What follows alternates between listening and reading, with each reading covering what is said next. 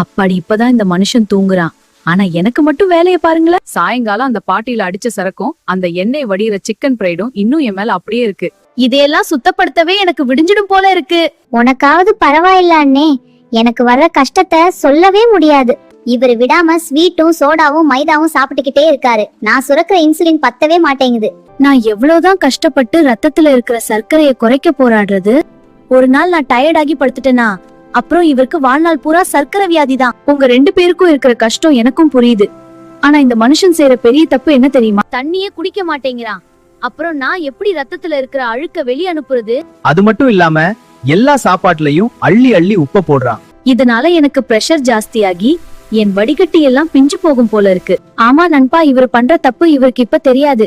நான் கெட்டு போக ஆரம்பிச்சா கூட வெளியே காட்டிக்க மாட்டேன். ஆனா கடைசியில லிவர்ஸ் வந்து வயிறு வீங்கும் போதுதான் இவர் வருத்தப்படுவாரு. உண்மைதான், நாம 3 பேரும் இவருக்கு எவ்வளவு முக்கியமானவங்கன்னு புரியாமலே வாய்க்கு ருசியா இருக்குன்னு கண்டதையும் சாப்பிடுறாரு.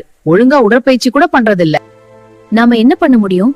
அவர் நமக்கு கொடுக்கற கழிவை நம்ம தாங்கிக்கிறோம். ஆனா ஒரு நாள் நம்ம கைவிட்டுட்டோம்னா அப்புறம் ஹாஸ்பிட்டல்ல மெஷின் மூலமா தான் இவர் உயிர் வாழ முடியும்.